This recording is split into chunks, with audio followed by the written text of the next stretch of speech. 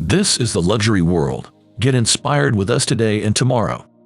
The Rolex price increase of 2025 marks yet another chapter in the brand's relentless pursuit of higher price points. While Rolex undeniably reigns supreme in the luxury watch market, these consistent price hikes raise concerns about accessibility, the brand's image, and the long-term sustainability of its business model. In this video brought to you by the Luxury World, we will delve into the factors driving these price increases, analyze their impact on consumers and the market, and ultimately argue that Rolex's current pricing strategy may be detrimental to its legacy. If you haven't already, don't forget to hit that subscribe button and stay updated with all our future content on luxury watches and more. Rolex price increases are often attributed to factors like inflation, material costs, and increased demand. They present several concerns for consumers and the broader market. Firstly, these consistent price hikes make Rolex watches increasingly inaccessible to the average consumer. As prices escalate, the brand gradually transitions from a luxury item to an ultra-luxury one, effectively excluding a significant portion of its potential customer base. This exclusivity can foster an image of elitism, potentially alienating those who appreciate fine craftsmanship but cannot afford the escalating prices. Rolex price hikes are also having a noticeable impact on the broader luxury watch market. Authorized dealers, who are the exclusive point of sale for new Rolex timepieces, have been under increasing pressure as a result of these price increases. On the one hand, they benefit from the rising prices of Rolex watches, but on the other hand, the soaring costs alienate a portion of their customer base. AD are often forced to implement strict wait lists and arbitrary qualification processes to determine who gets the privilege of purchasing a new Rolex, a process that has created a sense of exclusivity but also frustration. While the intention behind these price hikes may be to position Rolex as an even more exclusive luxury brand, they inadvertently drive some customers to seek out alternative brands that offer better value or more accessibility.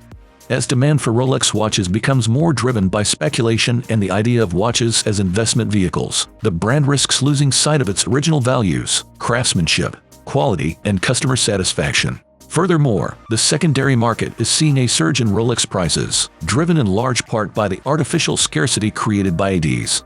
Watches that were once obtainable at retail prices are now being sold for exponentially higher amounts on the gray market. This dynamic is frustrating for many consumers, as it further distorts the market and shifts focus away from enjoying the watches for what they are and toward viewing them as speculative assets. Secondly, the constant price increases contribute to the perception of Rolex as an investment vehicle rather than a luxury timepiece. This shift in focus can distort the true value proposition of the brand. While Rolex watches undoubtedly hold their value well, prioritizing investment potential over the inherent beauty and craftsmanship of the timepiece can diminish the brand's appeal to those who value horological artistry above all else.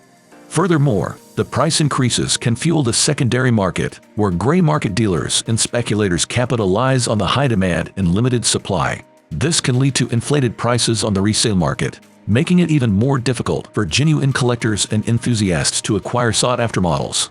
Finally, consistent price increases may inadvertently contribute to a decline in customer satisfaction. While Rolex maintains a loyal following, the constant upward pressure on prices can create a sense of resentment among existing owners who feel their investment is constantly devalued by the rising cost of new models. In conclusion, while Rolex undoubtedly has the right to adjust its pricing strategy, the consistent and significant price increases in 2025 and beyond raise concerns about accessibility, the brand's core values, and the overall health of the luxury watch market. Rolex's consistent price increases, particularly the anticipated 2025 hike, raise concerns about accessibility, the brand's core values, and the overall health of the luxury watch market. As prices escalate, Rolex becomes increasingly exclusive, potentially alienating potential customers and fostering an image of elitism. The focus on investment potential can diminish the brand's appeal for those valuing craftsmanship, while fueling the secondary market and potentially leading to dissatisfaction among existing owners. Now in this part, we will address a wide range of questions relating to the luxury watch market, with a particular focus on Rolex and the watch business in general. The first question we will tackle is about the frequent price increases that Rolex implements, usually every January. For context, these increases are often rumored to be between 14% and 16% for the upcoming year, with the actual increase depending on the specific model and materials used in its construction. These price hikes are driven by several factors, including inflation and the rising price of gold. As the cost of gold has significantly increased in recent times, Rolex, which uses a substantial amount of gold in its watches, needs to adjust its pricing to ensure it aligns with the value of this precious metal. Rolex pricing adjustments are a way to protect their profit margins and avoid losses as the cost of materials rises. While we acknowledge that Rolex is still making large profits, we also note that these frequent increases, especially for gold models like the Gold Skydweller, could be seen as excessive. For example, the price of a Gold Skydweller on Oysterflex, which is already priced in the high $30,000 range, could climb to the low $40,000 with a 15% increase. Similarly, full gold bracelets, currently priced in the low $40,000 range, might rise to the mid to high $40,000 range, making these already expensive watches even more costly.